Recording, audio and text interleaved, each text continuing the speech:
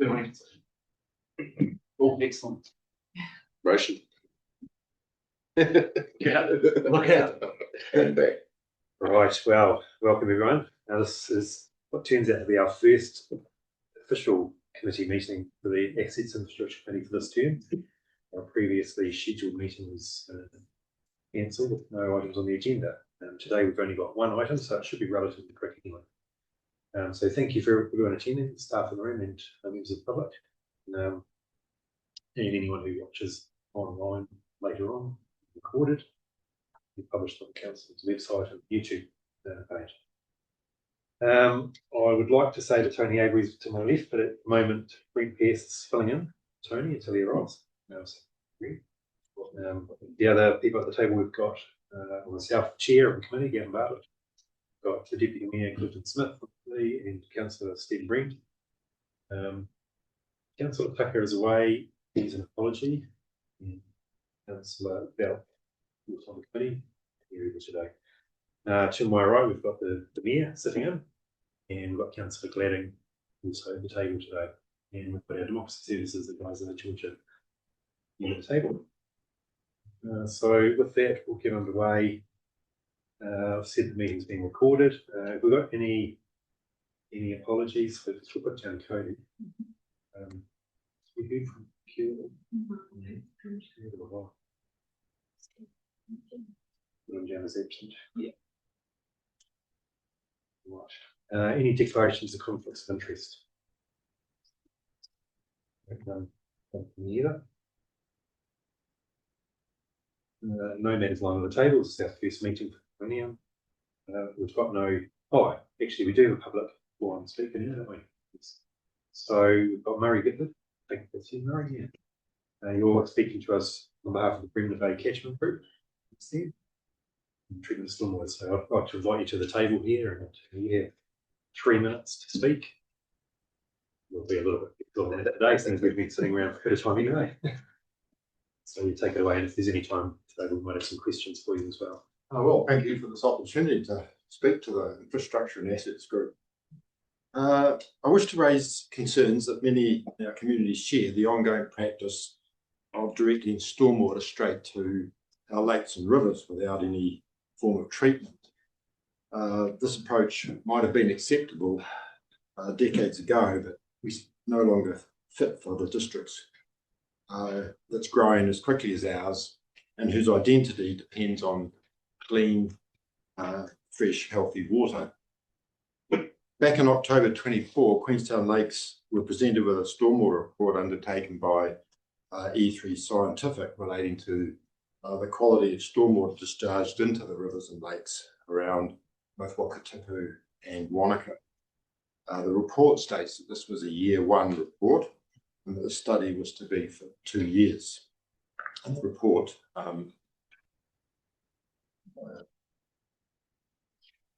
looked like this. Not sure how I got a copy, but can't find it on the website, I don't think. So my questions to the committee are, has the year 2 report been received? And did the council follow up on any of the recommendations from that report in October 24? And what are the broader reasons for undertaking such work? And will these be able to shape future developments in the district? The report confirms that stormwater is contributing to the slow degradation and quality of our waters and rivers and lakes.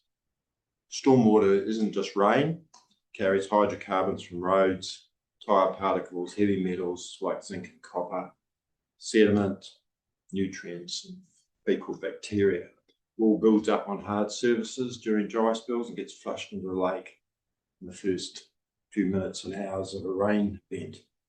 Even small discharges add up over time, especially in enclosed areas like Wanaka's Roy's Bay.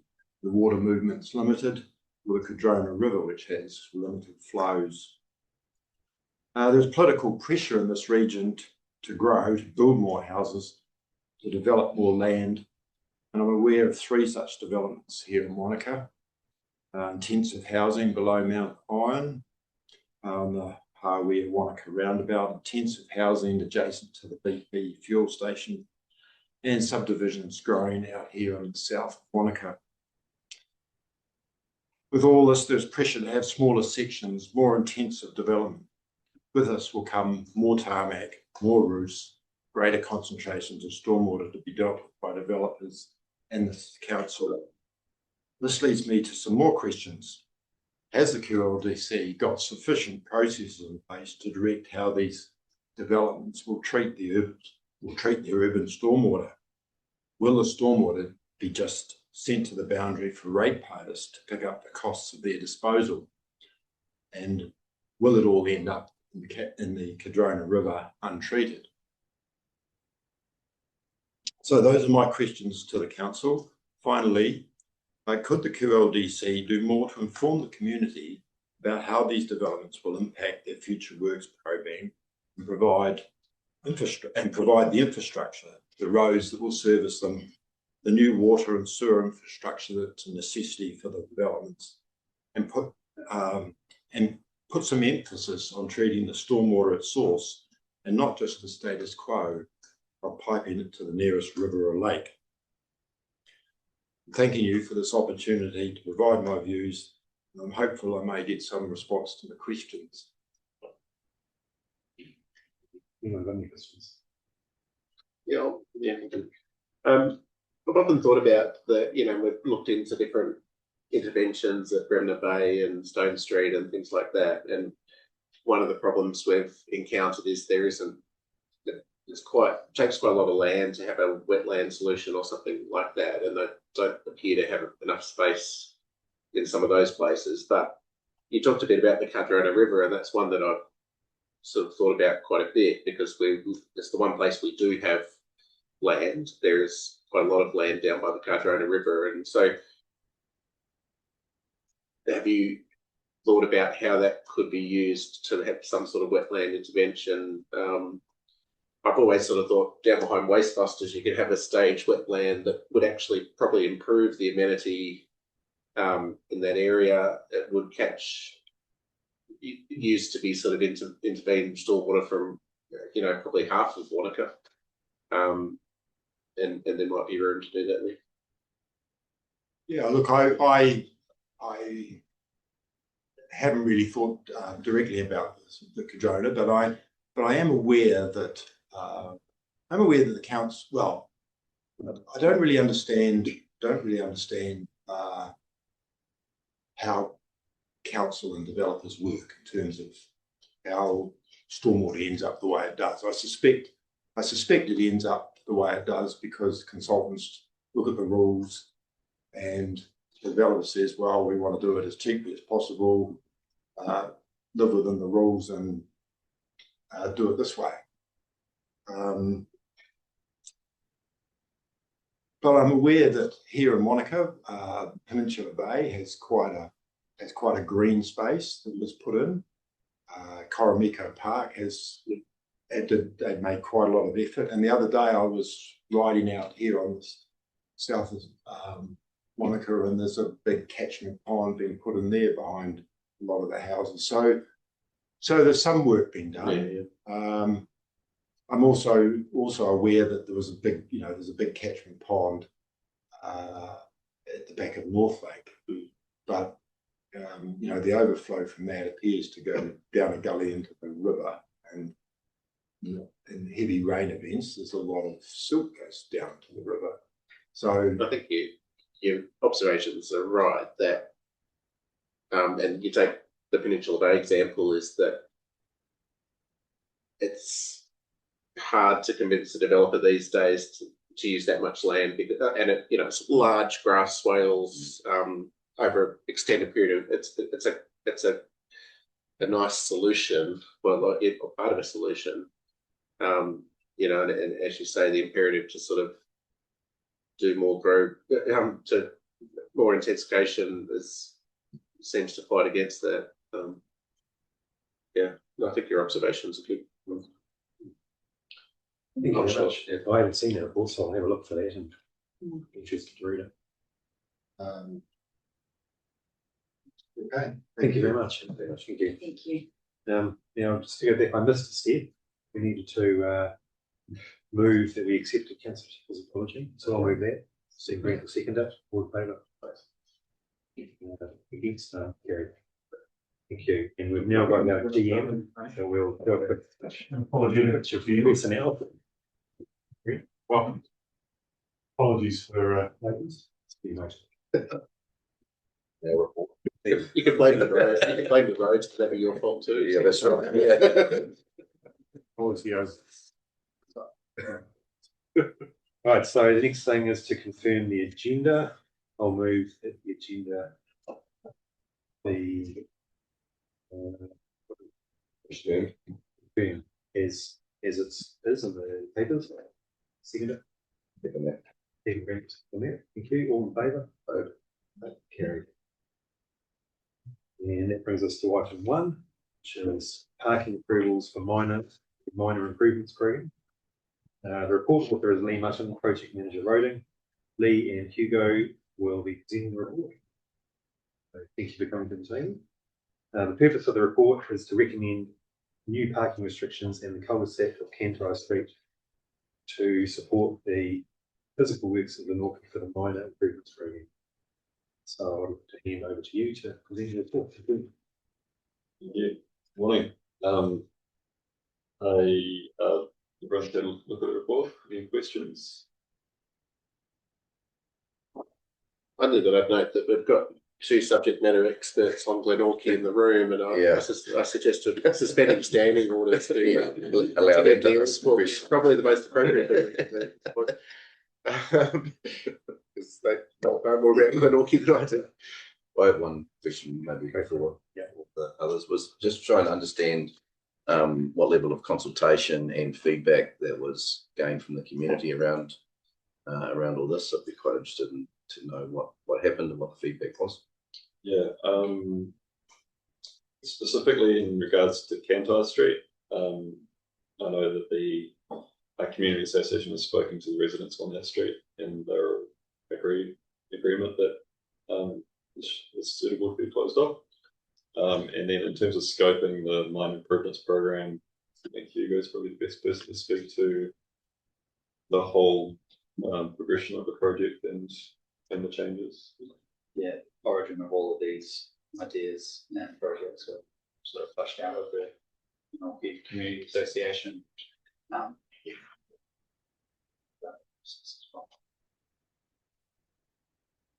Brainchild. Their brainchild. The only difference for me was firstly, there's other things shown in some of these drawings, angle parking and footpaths, planters and tactile pages. They're not part of this decision either. They're things that are just shown on these drawings that have been separate. Is that correct? The Cantor Street cul-de-sac, is that shown on these drawing extracts we've got? I think it's on the 3rd page, Right. on the left-hand side. Yeah, but it shows Just over the a left, so circle on the left-hand side. it's in the general store. Right.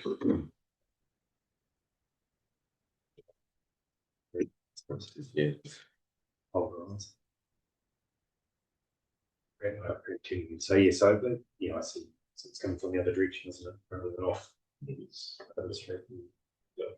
And using the use of planters here instead of actually installing curbing allows us to change it if we find as a community it doesn't work. And that turning head is sufficient for the school van to make a turn without really reversing. I mean, we have to suspend standing orders. Well, I'm a member of the committee anyway. Yeah. You are. Yes. Yeah, right. Yeah. I think So, we both. you know, I mean, through the chair. Yeah, I mean, great to see this coming to fruition. About 7 years ago, we had our first Glenorchy Community Parking Workshop Day. Great fun. It was actually all about getting a traffic management plan for the whole of the settlement. As we got busier with a lot of minibuses and white vans and things, there was sort of some parking behaviours that sort of were challenging. but also there's the bit between the school and the crossing the road from the general store and having some footpaths along there has been pretty high on the list of community priorities for some time. It got to the point where the sort of school principals had to park their car just to try and provide some sight lines to stop other vehicles from parking there. So have a safe crossing when that comes. Obviously that's separate, but I think the parking restrictions is the first step towards that. And they've been heavily talked through in the community in the past. And of course, the next question that will always come along is who's going to enforce it. But that's probably find 300 volunteers in the Glenorchy community. But but I think having that signage, having the footpath delineated, and obviously it depends on what the minor works improvement program is to do the rest of the works. But I think very, very good to see these come to the table. Nikki, did you have anything specifically? No, I've jumped into the meeting without actually having looked at it, but this looks great as far as I can tell. I'm just running through them quickly, and no, I don't think I've got any comments. The turning head looks new and interesting, over next to the school. And it's gone one way, has it? With the planter boxes. It's cul-de-sac. Yeah. I didn't realise. Interesting. Is this Yeah, part of great. Mole Street also going to be subject to a slower speed, or is that not changing? On the speed management plan, there are some changes on as you come to Glenorchy from Queenstown. Yeah. There's proposed bringing it to 60 after the Buckler burn, and then the 40 gets extended probably a couple hundred metres closer to Queenstown. So short of this area. Yeah. And then the other changes are as you leave Glenorchy towards the Reese Valley, there's the extension of that 40k along that road.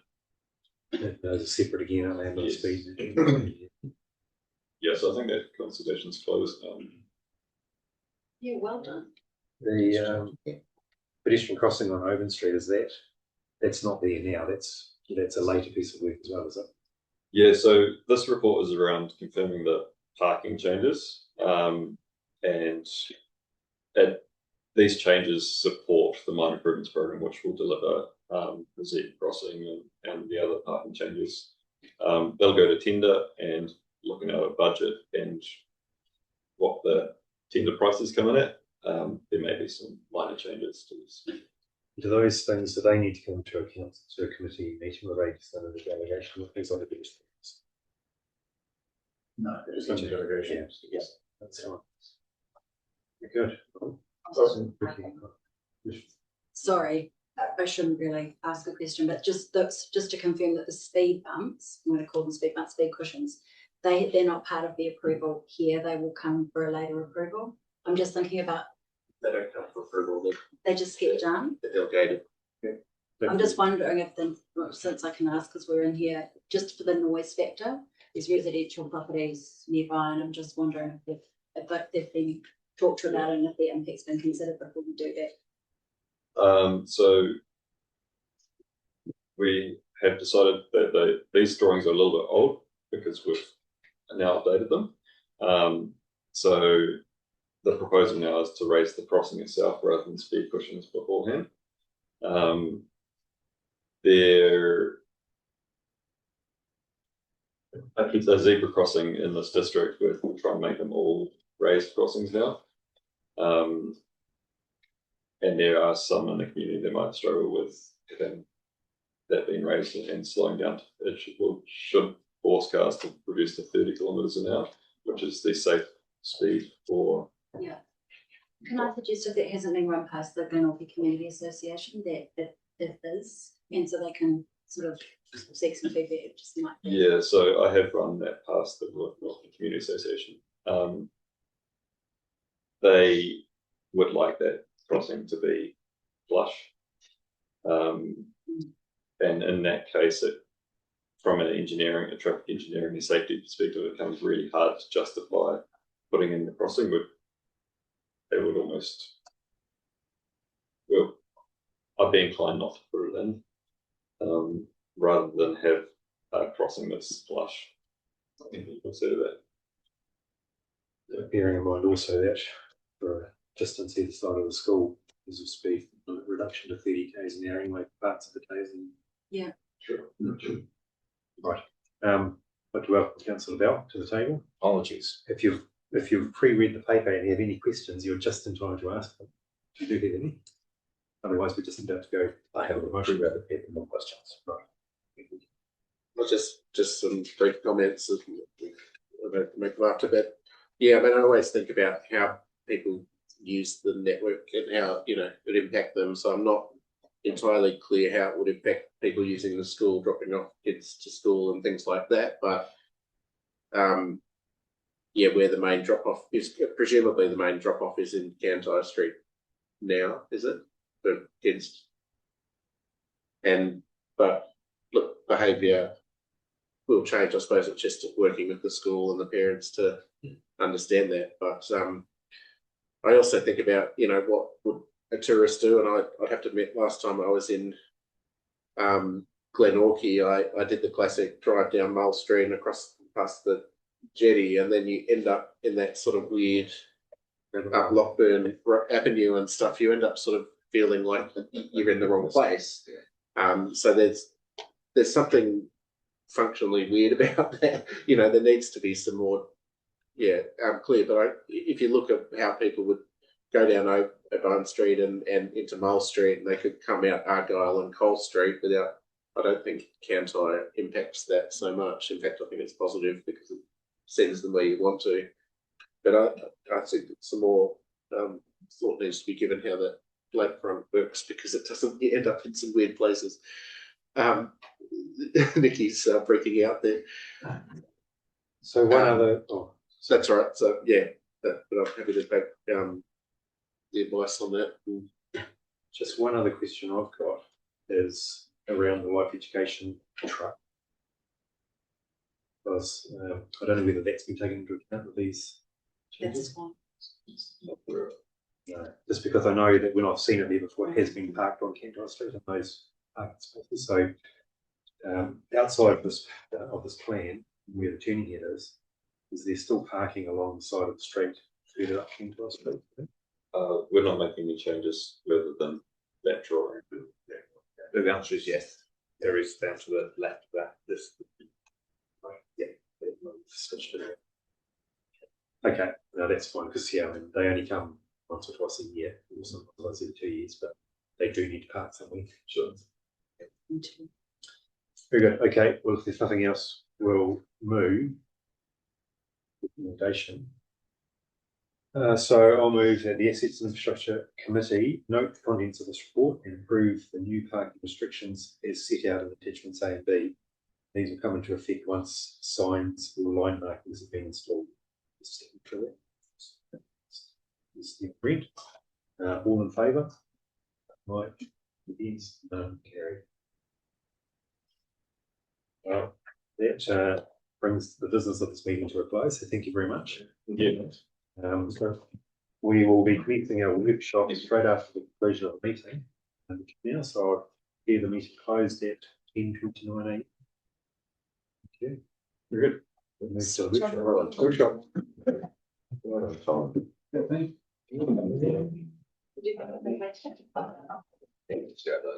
Everything's set. I was doing 25.